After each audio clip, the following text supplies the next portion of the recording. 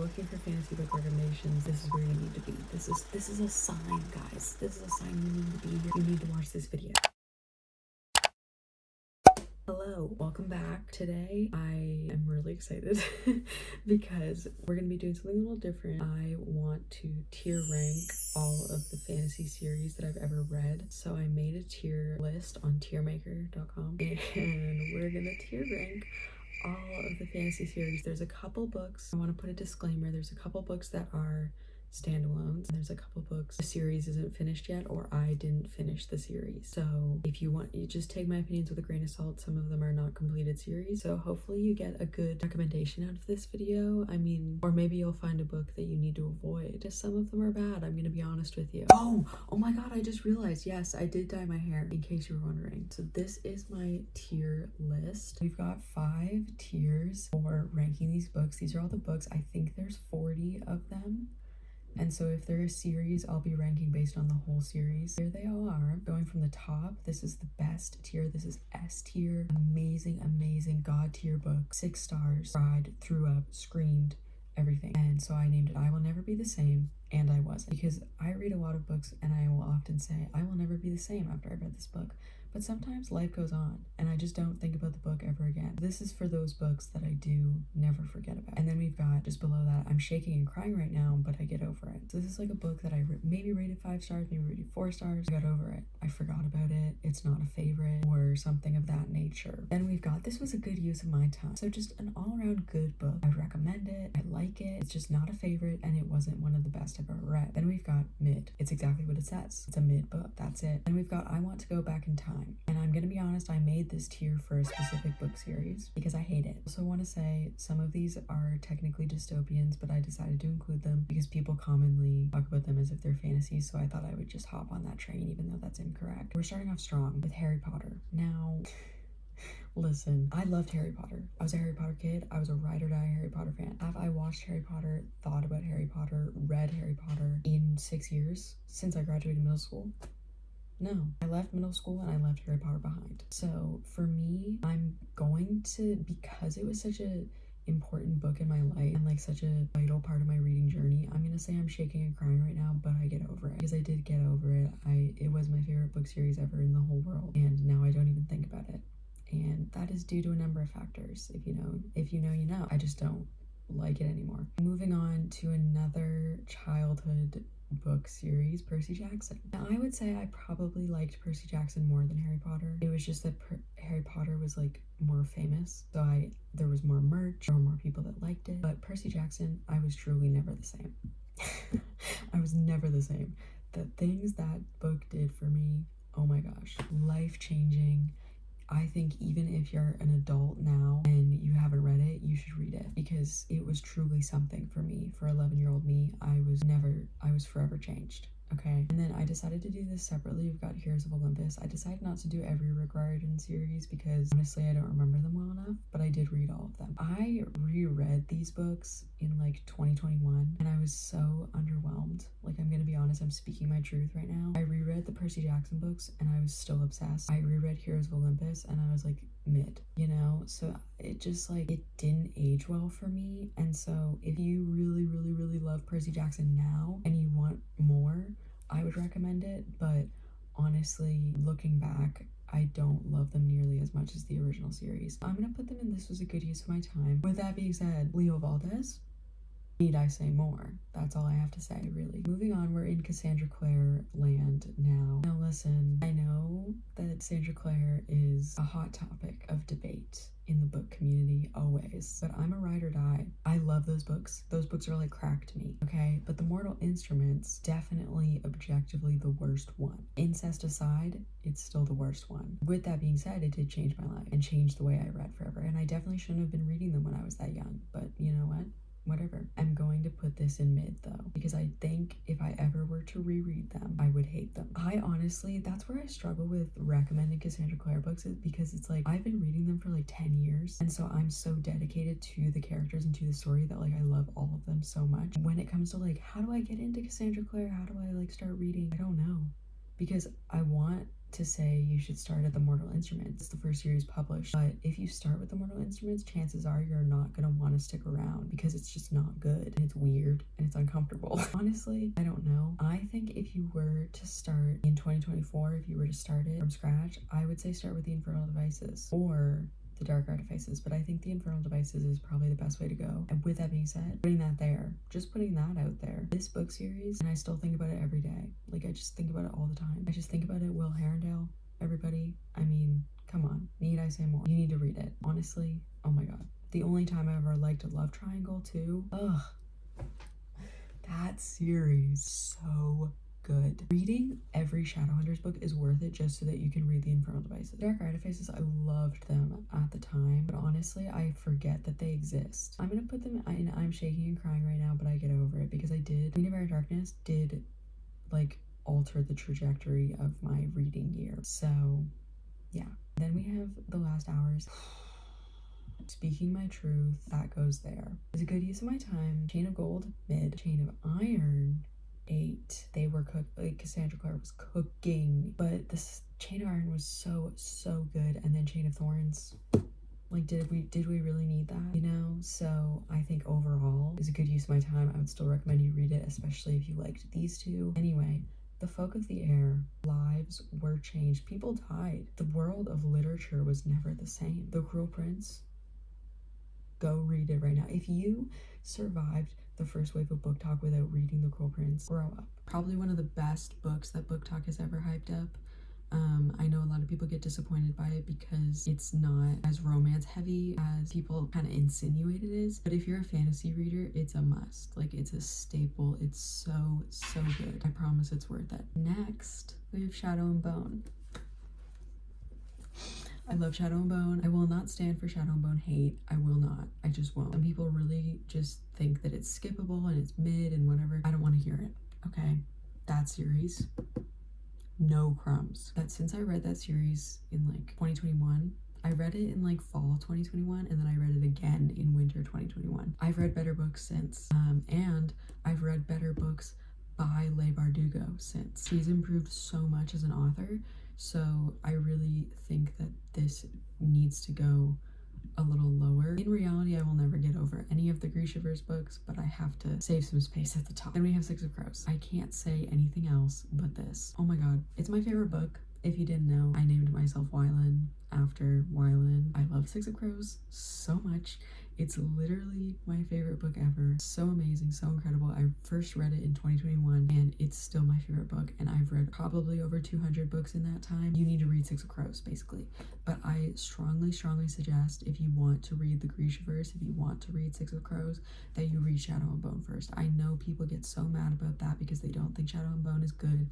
It definitely isn't as good, but I think your reading experience will be better if you read Shadow and Bone first. Plus, they are good books. Like, I don't care what people say, they are good and they're worth reading. Plus, they are so fast-paced and so engaging and so interesting and fun. But with that being said, Six of Crows is everything Shadow and Bone was, but better times 10. Like, so good. I could make a whole video about Six of Crows. Like, really. King of Scars, listen. King of Scars changed the game. It was so good. And we had Nikolai and Cass Brecker in the same room.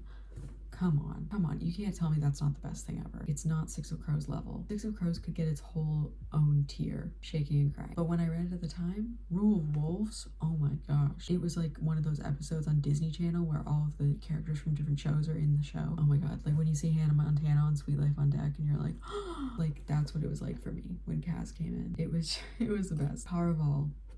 Listen, this is another fantasy universe where people are like, don't read the first series, you don't have to read the first series, just because the second series is so much better. While I think that is true, I think Once Upon a Broken Heart is so much better than Caraval, like bounds and bounds of space. Caraval, oh my god, so good. Hey.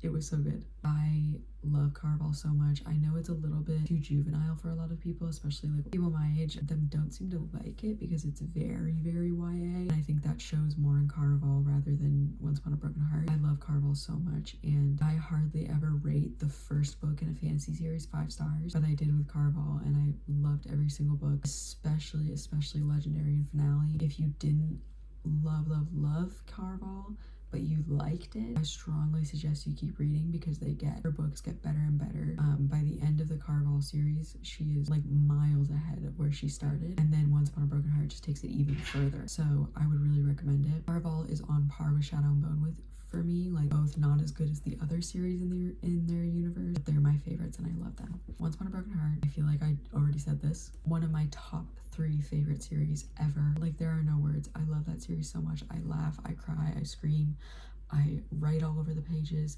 I have no words. It's just perfect and amazing. If you have not read Once Upon a Broken Heart, I strongly recommend it. It's really good for getting into fantasy. I think that most people would enjoy it or get something out of it, and especially if you like romance. Like, if you're a romance reader first and you're not super into fantasy yet, I'd highly recommend it. I think you'd really enjoy it. Kiss of Deception. This makes me sad to say, but I think I'm gonna put them. This was a good use of my time. They were really good. I really enjoyed them. 4-star books. They just didn't leave a mark on me like Dance of Thieves did. Dance of Thieves was so good. Oh, but I don't think Dance of Thieves can go here though, so it might have to go here, which would mean that this has to go here. Legendborn. Okay, so this is not a finished series. There's only 2 books out yet, but I have read them both. I gotta put them up here. They're so good. Such a unique magic system and such an interesting magic system. If you're a fan of Arthurian legend, there you go. It's a great book with great representation, and it's just so authentic and amazing. It talks about grief a lot. Really great. I love it. This is sad for me because when I read These Violent Delights and Our Violent Ends, it was like my favorite series. Like, it was like my new favorite thing. But as I've read more and more books, I've liked Chloe Gong's books less. I love her and admire her as an author so much that I kind of get that mixed up with like liking her books. I think I'm gonna say I'm Shaking and Crying, but I got over it because those books were like life-changing for me at the time. They were, like I said, in my top favorites for quite a while. It's been quite a while and they're not my top favorite anymore. Divine Rivals. Book Talk strikes again. I'm sorry. Sometimes they're right, sometimes they eat. I'm sorry. If you haven't read Divine Rivals, go read it. Go read it. The criticisms that people have about it, I get, but I don't feel that way. Hey, I don't feel that way. I loved it, okay? The Raven Cycle. See, this is where I start to think maybe these 3 books need their own tier. Six of Crows, Raven Boys, Once Upon a Broken Heart. Favorite series ever. The best ever. Those are the top. Okay. Vicious. I'm gonna put these. Are they mid? I feel like mid is too strong of a word. No, I think they're mid. I like them and I still recommend them. At times, like, I think there's a lot of people that would really like them. I did like them. Then we have A Dark Shade of Magic. I'm gonna put in this was a good use of my time. It's not enough to have me shaking and crying, but I did really love them. Furyborn. Highly recommend. Again, I don't think they're up here with these. I think they're down here. These 2, I still like these. This tier is still like a really good 3.5 4-star book. A really good set of books. We have to be critical. Okay, we gotta be strict. Next we have Kingdom of the Wicked. I don't want to talk about it anymore. I've talked your ear off about this series if you've been watching my channel. So if you want to hear about it, go to my wrap-ups. I don't know. Little Thieves. Again, I've talked about this series a lot. I just read it. Mid. Disappointing slightly. Still fun. Still worth reading for some people, but honestly, I didn't get much out of it. The Wrath and the Dawn. I don't think I was shaking and crying. Next we have This Woven Kingdom. The 3rd book of this is not out yet, or either it just came out and I haven't read it, but I did read the first 2. Upset. This is Tahara Mafi's other series. If you've read Shatter Me, highly recommend you read this because it's better. I think I'm gonna put them in I'm Shaking and Crying right now. They are so good. The romance, oh my god, the romance hits. It is forbidden love. The guy is like obsessed with her. It's like crazy. Not like crazy as in like he's crazy. I just mean like it's like, oh my god. It's just such a beautiful story. The writing is amazing. If you didn't like Shatter Me, I still think you should read this because it is so different. Like, it is miles away from Shatter Me in quality and in the actual book, like in the plot and everything. It's just amazing. I really love it. Hopefully the 3rd book is good. If I change my mind, I'll let you know. Ember in the Ashes. So this series, I only read the first 2 books, and then recently, like a month or 2 ago, I tried to reread the first book so that I could continue the series again, and I was so bored. I just can't.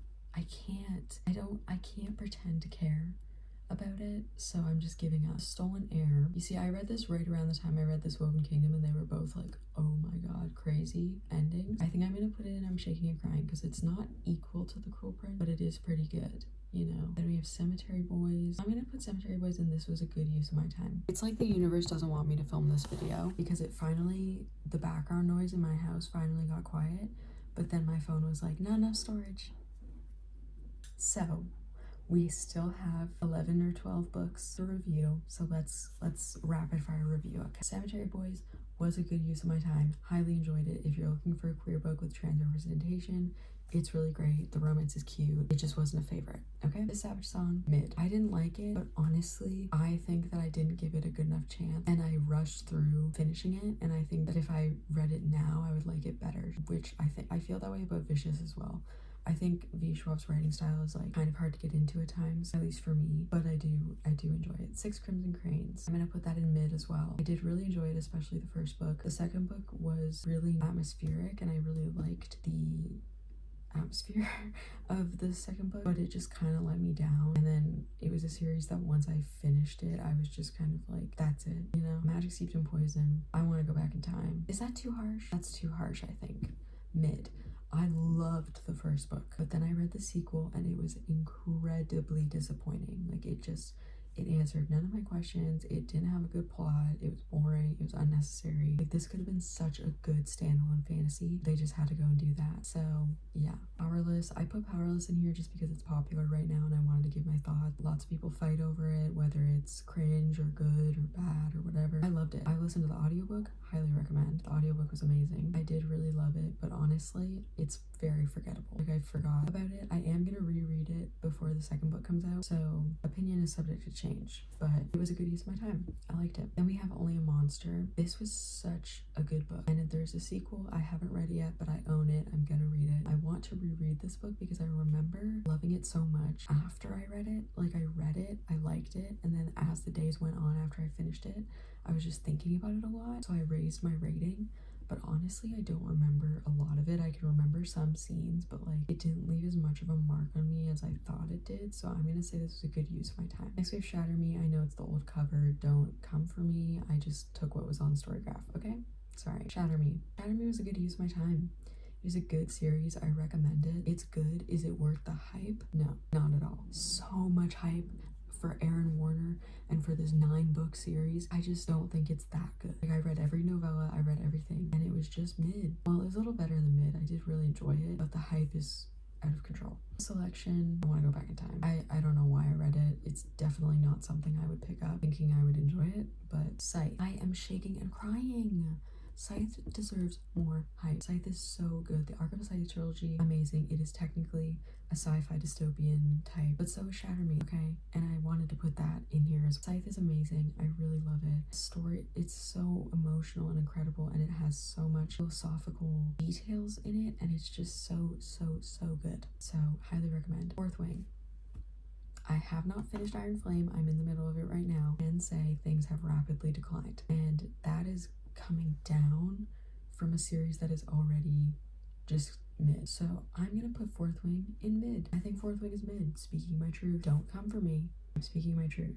And I think we should normalize it. Do I want to keep reading? Yes, absolutely. It's a good fun time if you want. I don't know. It's a good time. It's a good time and I enjoy it. It's only a good time because I don't take it seriously and I think it's dumb. Like, you know what I mean? Like, I go into those books, Fourth Wing and Iron Flame, knowing that they're gonna be a little silly. The dialogue's gonna be cringe. The pining and the relationship and all that aspect of it is silly. It's just a kind of dumb book. Like, you can't take it seriously. Sorcery of Thorns is a standalone fantasy, but these last two are standalone fantasies, but I really love both of them and I wanted to recommend them, so I just put them in here. Sorcery of Thorns, definitely Shaking and Crying. I have yet to read the novella, but this is the perfect standalone fantasy. Like, so good.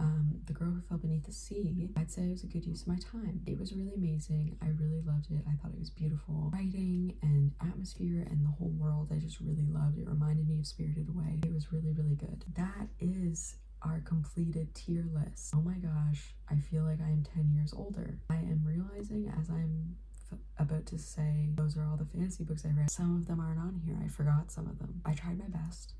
That's 40 books and I would say 38 of them are worth reading. So those are my recommendations. Refer to this tier list and choose accordingly. So thank you for watching.